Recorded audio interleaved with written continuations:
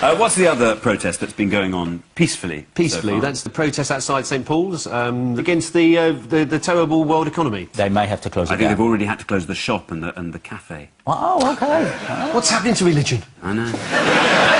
They were protesting against the stock exchange, but they couldn't camp outside there. And then St Paul said, all right, you can camp here. Although it was quite amusing to see the longest queue ever for Starbucks in the history of the world in that square at a protest against capitalism. Does anyone know what the London protesters are trying to achieve? Well, the overthrow of the corrupt city system as they see it, one suspects, no? They tweet about it regularly on their iPhones, perhaps in between getting cafe lattes, and housing themselves in some very fancy tents. But they are against capitalism, except for the lattes.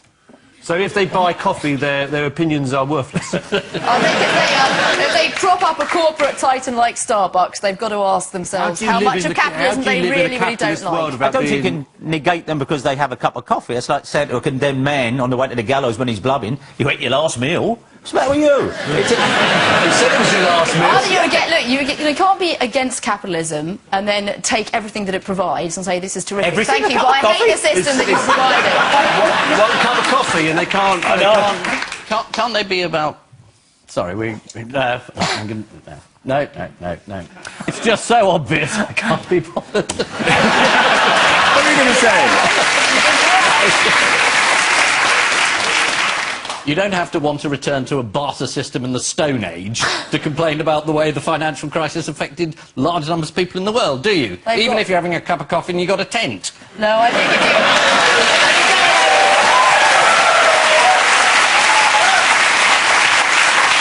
you really can't get up there and say capitalism is crisis and then enjoy everything it brings and revel in it and relish it. You keep saying everything. They had a cup of coffee. That's not everything.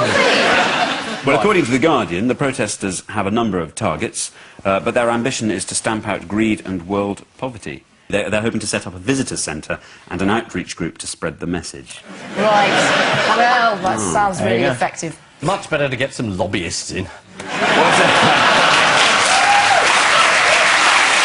What did Matthew Watkinson, an extra from Downton Abbey? If he's drunk coffee, I'm not interested. Just not interested. He's worthless. His opinion is of no value at all. What a rich if I TV can smell star. espresso on your breath, get out of here. Matthew Watkinson, an extra Downton Abbey. from Downton Abbey. Is he upstairs or downstairs? I don't know. Because that'll make a difference He could to be what he both. said. He could be both. He could be saying, yes, my lord. Or he could be saying, hello. I've not yet seen it. I now don't need to. That's it. That's the whole roughly plot. it. Have you not seen No, I Downton haven't. Abbey? No, I was on tour when it was on last time, and this time, missed it. You blur the line between watching it and missing it. Blur that line. Anyway, Matthew Watkinson, for what it's worth, he told the Mail about why he was at the protest camp. He said, I was a vet for 8 years. There's a lot of greed in vets. That's why I stopped. Right, yes. This is the Battle of Dale Farm. The leader of Basildon Council, Tony Ball, said, I would call on those inside Dale Farm to behave sensibly and responsibly. Those on the outside, on the other hand, can taser away as much as they like.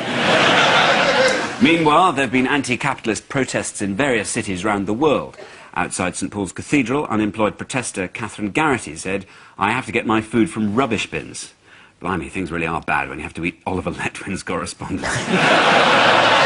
The most violent protests saw young people go on the rampage in Italy, and to be fair, if anyone's guilty of screwing the younger generation, it's Silvio Berlusconi.